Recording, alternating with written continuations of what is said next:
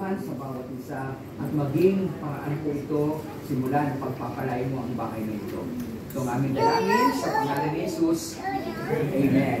So, ngayon po ay pakinggan po natin ang patotoo, pasasalamat, paano po naitayo ang nakita ko ito, no? Diba talagang diba? From zero. Right? From zero po. Ngayon po. 100 na. So, hilingin natin si DR. Siya po ang haligi. No? Clyde, ikaw Clyde. Haligi ng tahanan. Ang tatay. Ewan po. Clyde. Siya po ang haligi yan. Tapos mamaya susundan po ng ilaw. Ilaw ng tahanan. Alright? Okay? Pagpasalamat mo natin sa iyong pag-aaral. Daw. Sino? Yung tatay haligi, yung nanay ilaw. Ay, yung anak. Ha?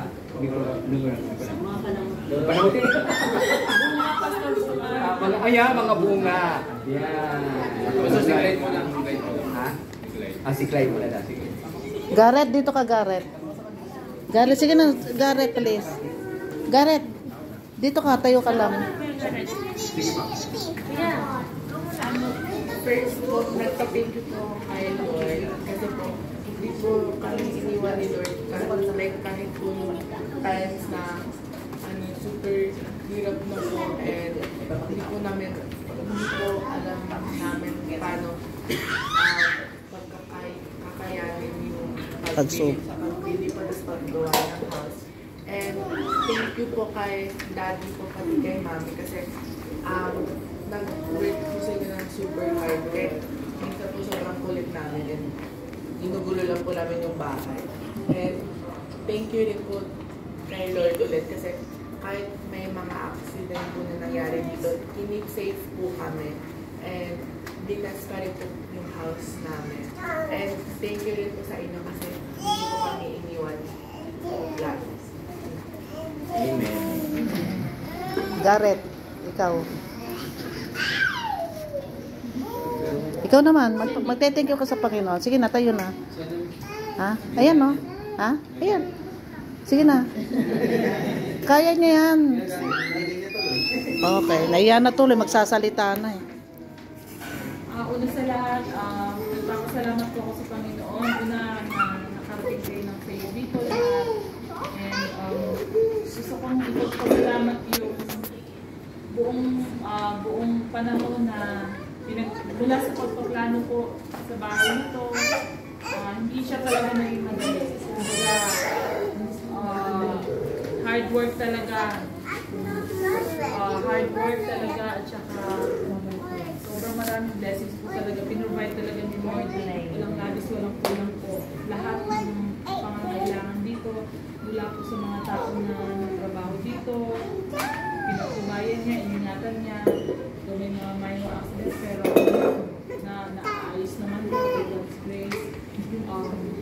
Yung bawat sulok ng bahay na to, masasabi ko pong lahat to pinaghirapan talaga and pinag-pray talaga sa Panginoon, hinilig talaga sa Panginoon. And sa totoo lang, hindi naman kami nangarap ng ganito kalaking bahay. Talagang ang pangarap lang talaga namin noon ay magkabahay kasi yun naman talaga yung kailangan natin maiwan sa mga bata. Pero kung naging ganito man yung pinalabasan, talaga sobrang bonus na and sobrang ako nagpapasalamat sa Panginoon. Okay. Okay. Sobrang thank you. Thankful na talaga kasi tama yung napaka-blok talaga yung Panginoon sa lahat. Maraming mga pinagdaanan, maraming mga sakripisyo sa pagkapas na nun, malayo sa aking asawa ko, pero sobrang pasasalamat ko kasi iningatan niya kami kahit magkalayo kami, iningatan niya kami, pinrovide niya lahat ng kailangan namin, kaya ipapasalamat din ako sa lahat ng mga nandito ngayon, lahat ng inibitahan namin, mahalaga kayo sa aming pamilya kasi yung bahay na ito, ating lahat ko, may magpasko na dito tayo, kaya salamat Lord, wala kayo kami pagpapagina natin talaga ng higit sa lahat ng Panginoon. At siya na siyempre yung hard work ng asawa ko, hindi rin matawanan. Sobrang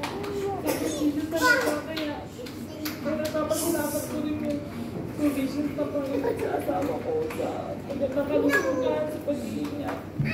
And yung puso niya na hindi siya talaga nagdamot sa amin, sa mga bata, sa pagmamahal. Maraming salamat po.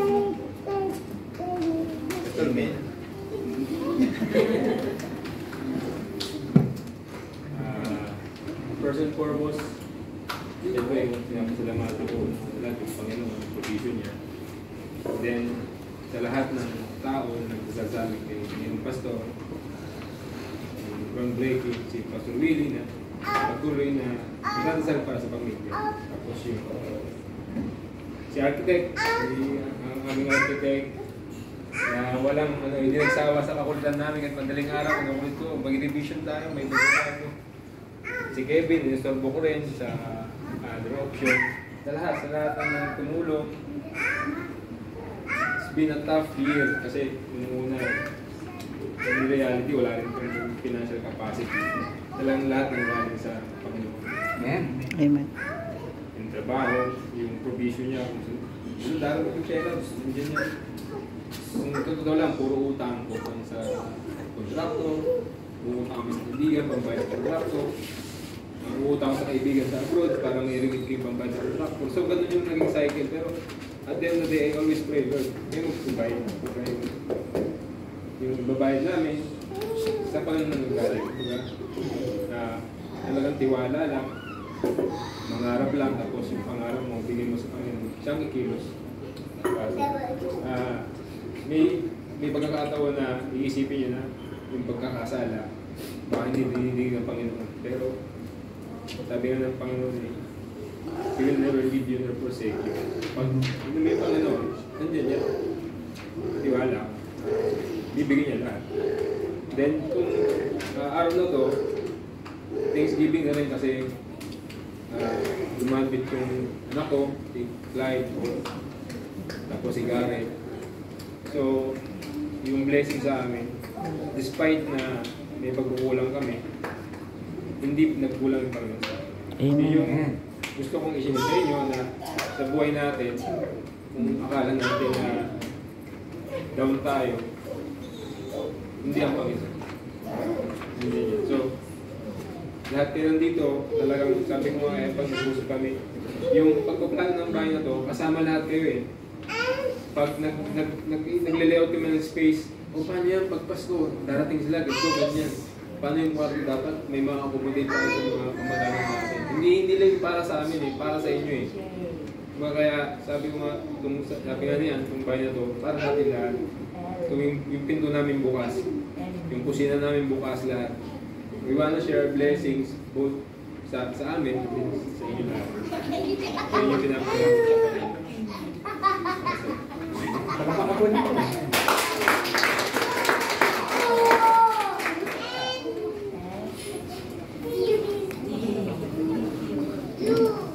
Alis ka na. Oo. So, Hindi pa tapos. Hilutin kita kung mag-alala. Don't Mga worry. talaga, sinamahan niya. Kailangan niya talaga samahan natin sila. At ngayon, samahan natin sila muli kung ano po ang dapat gawin para maranasan ng pagpapala ng tahanan. No? Hindi lang bahay. Magkaiba yung bahay sa tahanan. So, ang gusto natin, i-bless ng Panginoon yung bahay at tahanan. Narito ang salita ng Diyos. O sa makikita po natin, paano ang bahay na pinagpala ng Panginoon at paano ito pagpapalay. Dalawa po, paano po pag pinagpala ang Panginoon ng isang bahay, ang isang tahanan? At ano ang dapat gawin para talagang pagpapalain ng Diyos? Ang sabi dito sa Psalm 128, right, verse 1 to 4, ang sabi dito, no? Blessed is everyone who fears the Lord, who walks in His ways. You shall eat the fruit of the labor of your hands. You shall be blessed, and it shall be well with you. Your wife will be like a fruitful vine within your house. Your children will be like olive shoots around your table. Behold, thus shall the man be blessed who fears the Lord. Pagpalain ng Diyos ang pagkabasa ng kanyang salita. Ito po, unang-una po, atin pong tingnan kung ano po ang pagpapala. Unang-una po ang sabi nito, you shall eat the fruit of your labor of your hands. So, unang-una po, makita natin, ang pagpapala po ay matitikman mo. Makikita mo yung bunga ng pinaghirapan mo. Grabe po ang paghihirap ng mag-asawa. No? Si Diar, hirap na hirap, nagsakripisyo talaga. Pero mas hirap si Ann. Ang hirap magpatayo ng bahay na walang asawa. Ang hirap po. Lagi ko sinasabi sa kanya, ikaw masisisi dito. Kaya hirap na hirap po siya. Baka mamaya, magagalitan ako. Di ba? Di ba? Alright, baka maya ulit. So, grabe po ang paghihirap na dinanas nyo. Nakita po natin may mga iba po, yung kanilang pinaghirapan na uwi sa wala. Napunta lang sa Bernardino, St. Luke, doon napupunta. Parang silang may butas na bulsa. Dumadaan lang. Pero kapag pinagpala ng Diyos ang santahanan, yung iyong pinaghirapan, makikita mo, matitikman mo. So nakita ko na po, ngayon nakita nyo na, natikman nyo na, pero hindi po dapat dito nagtatapos. Dapat tuloy-tuloy. Pangalawa po, ang sabi dito, you shall be blessed and it shall be well with you. So yung pong blessing po ay hindi naman po momentary, kung hindi continuous. It will be well with you. Magiging mabuti, maganda ang iyong kahihinatnan. Kasi po, makita po natin, marami po ang nagtayo ng malaking bahay, pero ano ang nakahinatnan? Di ba? Ang ganda-ganda ng bahay, pero walang tao sa bahay. Yung mga tao, kanya-kanya. Right? Iwan-iwalay. Sakit po. Ganun po ang nangyayari.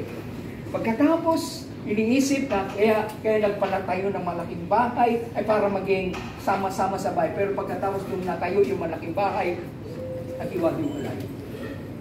Wala rin. Walang napuntahan. Pangatlo po, ang sabi dito, ito po napakaganda. Your wife will be like a fruitful vine within your house. Ang pangatlo po na pagpapala ng isang Panginoon sa isang tahanan ay yung kung kanyang asawa, yung babae si Ann. Ang sabi dito, para siyang ubas. No? Kasi magkaiba po yung ubas sa pasas. Pagkapasas po ay uyot na. Pero pag sinabi parang ubas, ang sarap tingnan. Parang ubas. Diba? Your wife ay blessing.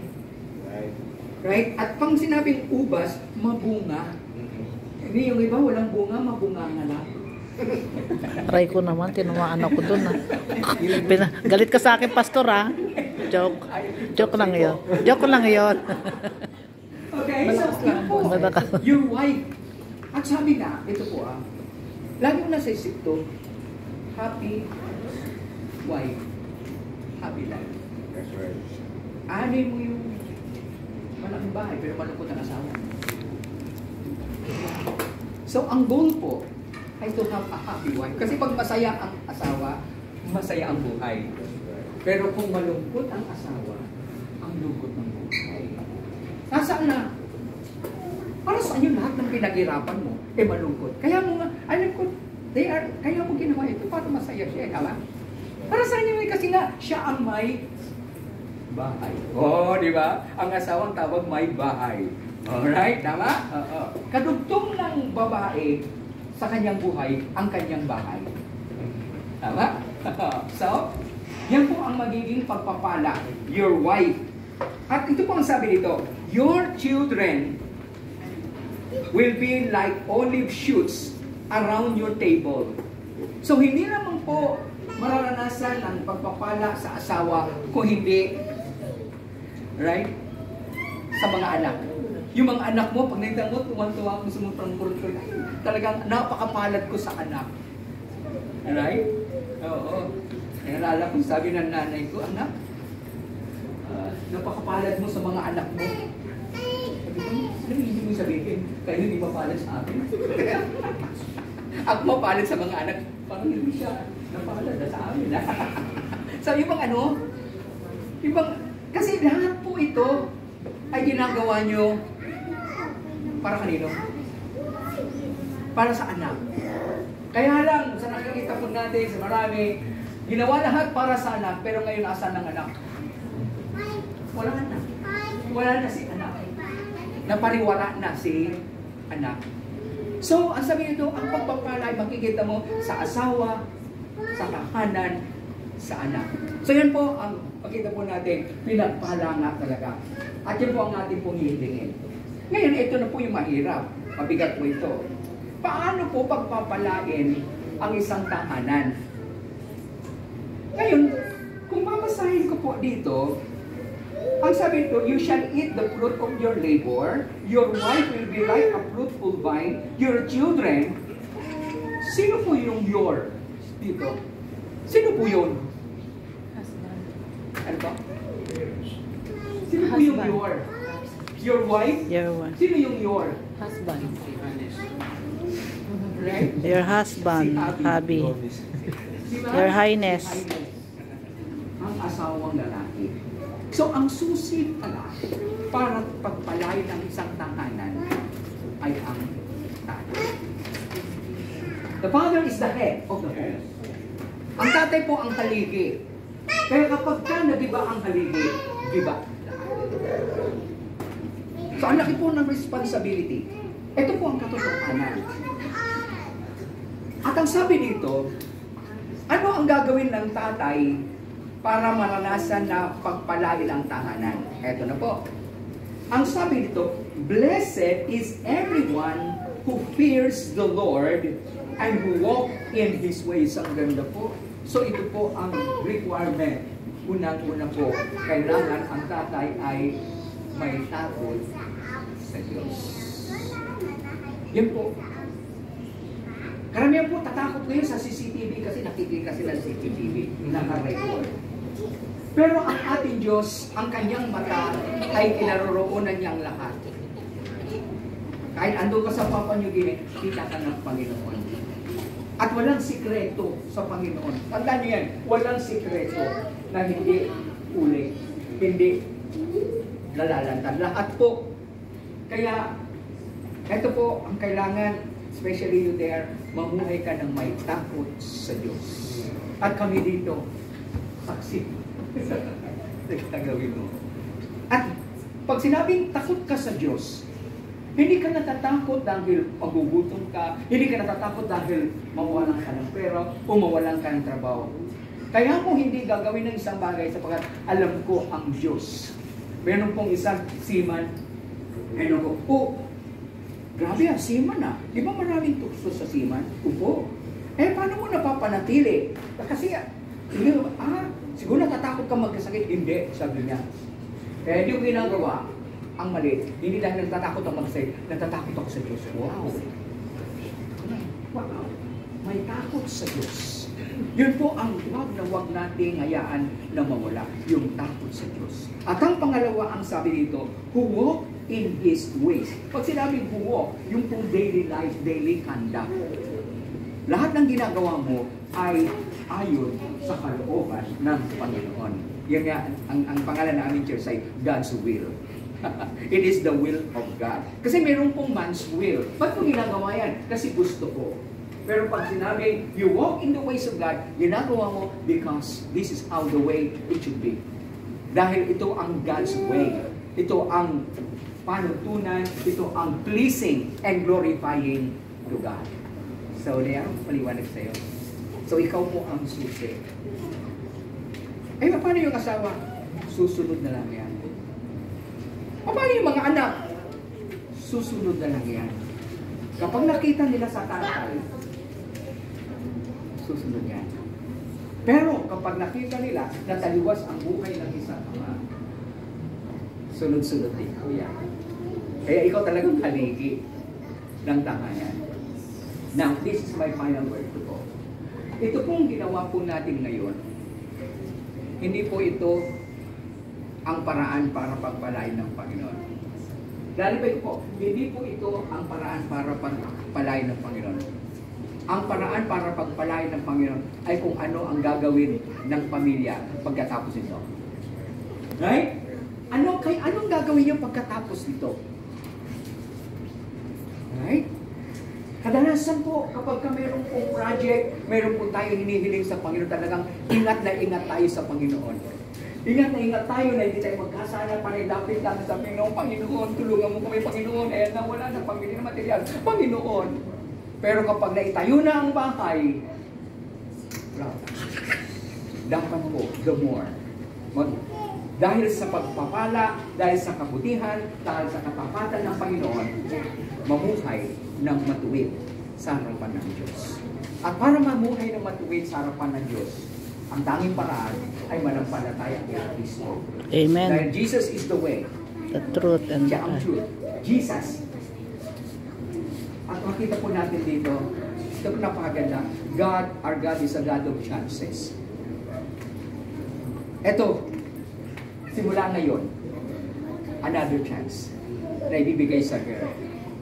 A time to start all over again. Bago ng bahay, bagong buhay. Amen. Bagong pagsasama, bagong saya. So upang pagpalay ng Panginoon, nakita po natin, kailangan sumunod tayo, mamuhay na may takot sa Diyos, mamuhay ayon sa kanyang panuntunan. At kung ganon, matitikpan natin ang ating pong pinaghirapan. Magiging maganda ang ating pong kainatnan, ang asawa at ang mga anak ay makita natin pagpapala ang mararanasan. Ngayon po. So, ngayon po ay tayo po ay manalangin, ipanalangin natin ang bawat sulok ng tahanan ito. Right? So, ang kailangan po natin panalangin dito lahat ay ang pamilya. Amen. Yung makapamuhay sila, makasunod sila, makapamuhay na may takot sa Diyos. Yun po kailangan. Right? Yung mga ibang bagay, it will follow. Susunod na lang yan. Right? So, kaya panalangin natin na maging matatag. Maraming pong pagsubok. Maraming tukso. So yun yung panalangin po natin na makapamuhay, makasunod sa panuntunan ng Panginoon. Okay? So tayo po ay mag-pray. Magpipray tayo. Salamat na nandito po si Pastor Caballero. Pwede po tayo ay pumunta mag-pray po. Right? Okay? Sige po, tayo po yung lumapit dito at sama panalangin natin ng ano. And then so, iligin natin si Pastor Caballero. Umpisa and then mamaya ay wawakasan ko. Yung dalawa mo. Doon kayo na kay Daddy Sir. Yan. Okay? Sige, Pastor. Sige po. Manalangin po tayo. Dakila po naming Diyos, kami po ay nagpapasalamat. Una higit sa lahat sa inyo pong kadakilaan. Salamat po sa mensahe ng aming inawit kanina na sadyang napakabuti po ninyo. Nakikigalak po kami kay JR at saka kay Ann kasama ang kanilang mga anak sa tagumpay, Panginoon, ng kanilang pangarap. Nasabi nga niyan kanina, ang pangarap ng panalangin ng po nila ay bahay na siyang kanila pong matitirhan o tatahanan. Subalit, Panginoon, sa inyo pong biyaya ay tinugon niyo po ang desire ng puso nila. Binitawan din nila mula sa kanilang labi kanina na ang tahanan ito ay hindi lamang po para sa kanila, kung hindi po para po sa kanilang mga mahal sa buhay, mga kamag-anak, mga kaibigan, maging Panginoon sa mga manggagawa na nakapalibot, nananalangin kasama nila. Salamat po sa pangunguna po ng Pastor Willie na kung saan dakilang Diyos ipinaalala mula po sa inyong salita na hindi po magiging masaya, lubos na masaya ang tahanan ito kung ang bawat isa sa kanila ay hindi po gagampan. Hindi po lubos ang kagalakan ni Ann na masasabing siya po ay ilaw ng tahanan kung ang kanya pong haligi ay mahina. Wala pong silbi ang ilaw na kukurap-kurap dahil ang kanya pong haligi ay siyang kanya pong tinitingnan na posibleng bumagsak. Pero dahil po sa inyong salita, Panginoon, na aming narinig at sa kawilihan din po ni D.R. na pagnahan ng kanyang sambahayan, ang aking pong panalangin, igawad, Panginoon, ang laman ng kanilang mga damdamin. Yung desire nila na ang kanila pong pamilya ay lalo pong maging matatag, lalo po, Panginoon, na magkaisa, kasama, Panginoon, ang kanilang mga anak, na sila po, Panginoon, ay mananatiling nandun po ang respeto sa inyo, ang takot, kung takot man ang tawag nito, dahil ayaw po nilang magkamali. Pero ang Biblia po ay nagsasabi na kapag takot sa inyo, ay nandun po ang aming pong pagbibigay ng mataas na pagkilala sa inyo. So tulungan mo po si D.R. bilang tagapangunan ng tahanan ito para maranasan ni Ann ang tunay na seguridad. Ikaw po, Panginoon, ang gumawad sa kanya. Ikaw po ang laging magpapaalala sa kanya na ang tahanan ito ay magiging baliwala kung sila pong nakatira ay hindi naman po nagkakasundo, hindi naman po nagkakaunawaan. At makikita po ito ng mga kabataan. Pero kami po ay sadyang nagpapasalamat dahil marami po ang nananalangin sa kanila. Hindi lamang po ang church na kung saan doon po namamalagi, doon po nagsisimba si Ann. May mga kapatid pa pong simbahan na nananalangin sa kanila. Maging ang Geraya, ang Kogyo, at ang mga kaibigan pa po namin, nakakilala sila. Dahil po dito, Panginoon, kami po ay nakikigalak. Kami po, Panginoon, ay nagpapasalamat sa tunay na kagalakan na meron sila ngayon dahil kayo po ang nagkaloob. Pagpalain nyo din po dahil ang selebrasyon po ito ay hindi lamang po pag-dedicate ng bahay na ito, pasasalamat po dahil ang kanila pong mga anak ay nagkamit naman po, Panginoon, ng mga karangalan mula po sa kanilang pagtsatsaga sa pag-aaral dahil na rin po, Panginoon, sa pag-aaruga ng nanay. Kaya napakahirap po ng gampanin ni Ann bilang tagapangasiwa ng tahanan ito na anumang pagkukulang at pagkakamali, pwede siyang masisi ng kanyang kabiyak. Pero, Panginoon, salamat dahil sila pong mag-asawa ay patuloy niyong binigkis. Salamat sa paalala ng pastor kanina na ang bagong tahanan ito ay bagong panimula, Panginoon, ang kanila pong pagsasama, panibagong pagbuo, Panginoon, ng marami pa nilang pangarap together dahil yun po ang i-desire ninyo sa buhay ni D.R. at ni Ann at sa buong nilang pamilya. Salamat po sa church na kung saan, Panginoon, lagi pong antabay sa kanila. Sila po ay laging pinapanalangin. Salamat po sa pangunguna ng Pastor Billy, kasama, Panginoon, ng mga liderato sa loob ng iglesia.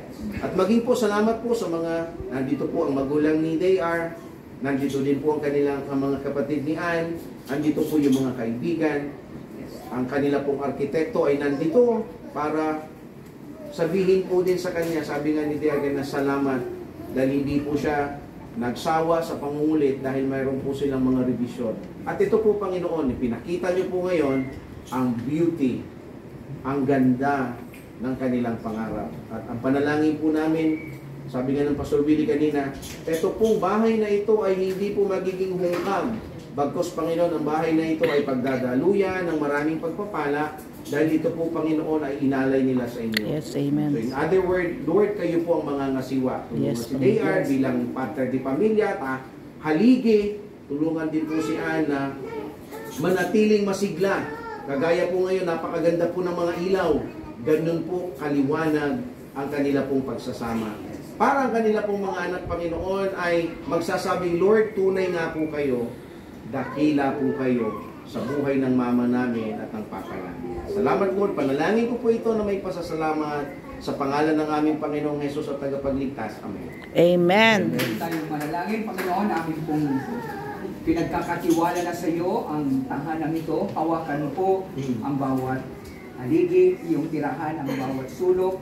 At aming iniling, Panginoon, ang masasamang espiritu ay iyong palayasin. Yes, Lord. Huwag mong hayaan at influensya ng masama naway hindi po mangyari sa tahanan ito. Yes, Lord. Naway ito po ay iyong tahanan, tirahan, Panginoon, maging tahanan na kung saan andun po ang pag-aaral ng inyong salita. Yes, Lord. Andun po ang paglilingkod at pagpupuri sa iyo. Lord, dalahin ko, Panginoon, ikaw po rin ang magkaloob ng magandang kalusugan sa Yes. buong pamilya at magandang pagsasama. At dalahin ko, Panginoon, ikaw po rin ang patuloy na magpala sa hanap buhay, lalo po si JR. At ganoon din, Panginoon, ang pong dinadalangin na ilayong po ang tahanan ito. Lord, hiniling po namin na palibutan mo po ng iyong mga anghel upang ang mga masamang tao, Yes, ang mga may planong magnakaw ay hindi po makapasok. At ganoon din, patatagin mo po ang bawat bahagi ng bahay na ito upang dumating man ang bagyo o anong mga lindol, still matatag, nakatindig ang tahanan ito. Lord, ang hindi pong pinapanalangin na ilayo mo po sa anumang mga sakuna, sa sunog, o anumang pagkasira, mga maliliit na mga peste. Panginoon, i-preserve mo po ang bahay na ito, Yes. na magamit pa ng mahabang panahon. Yes. Purihin ka, Panginoon, Yes. sapagkat natitiyak po namin ang aming pong pinanalangin ay inyo pong pinagkaloob na. Yes. Sapagkat ay samot na langin po namin nagpapasalamat sa pangalan ni Jesus. Amen. Amen. And amen. Thank you and God bless.